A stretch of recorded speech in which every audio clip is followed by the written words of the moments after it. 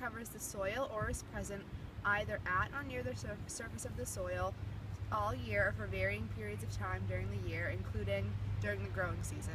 Glacial ponds, or also known as a kettle, is when a piece of glacier forms an indent in the ground from its weight, and when it melts, leaves a depression where a small pond typically forms. Directly behind the sand at Phillips Beach is wetlands, and then a little farther back are glacial ponds.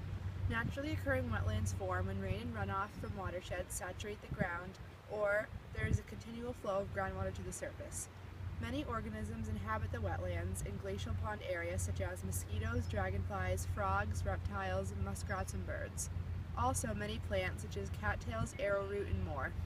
If anything were to happen to the wetlands, these organisms would lose their homes. This ecosystem is very important to the environment. The wetlands clean and purify the water. Contaminants typically settle to the bottom, but wetland plants draw them in through their roots and keep them in their tissue. The ecosystem is important to Swampscott because it provides a large barrier between the ocean and the surrounding homes, and if it wasn't there, the flood risk would be very high. Our specific wetlands and glacial ponds exhibit and contain all of the same traits as normal wetlands. They need to stay healthy and not be contaminated.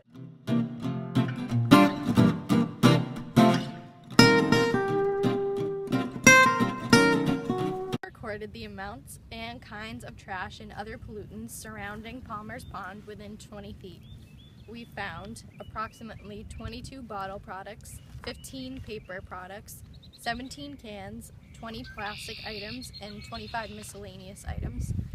Trash left on the beach can be brought into the wetlands by runoff, wind, or left by people.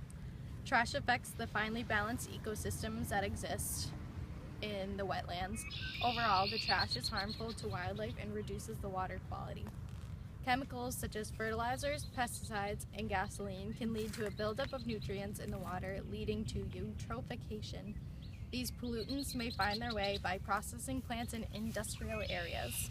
There are lots of feces everywhere, as you can see, and as we know, this is not a dog park, and as we know from class, this is a leading cause of eutrophication in the wetlands.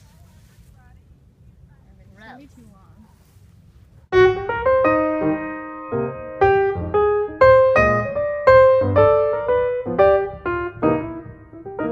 Although Palmer Pond is a protected wetland area, its close proximity to Phillips Beach allows it to become extensively polluted. Especially during the warm weather months, Phillips Beach is filled with people and dogs, as you can see down there, who throw their trash into the overflowing trash cans lining the beach and pond, or they just leave their trash around the beach or in the surrounding bushes. As Victoria previously showed, these important ecosystems are filled with trash pollution and other pollutants from the surrounding homes and cars. An easy solution to all the trash buildup is to put many more trash cans surrounding the pond and the beach. And also, the police should enforce the fines for trash pollution that they say they have. To maintain the health of the fragile wetlands, trash pollution must be reduced. In addition, the surrounding houses should have specific provisions for certain pollutants such as fertilizers and oil.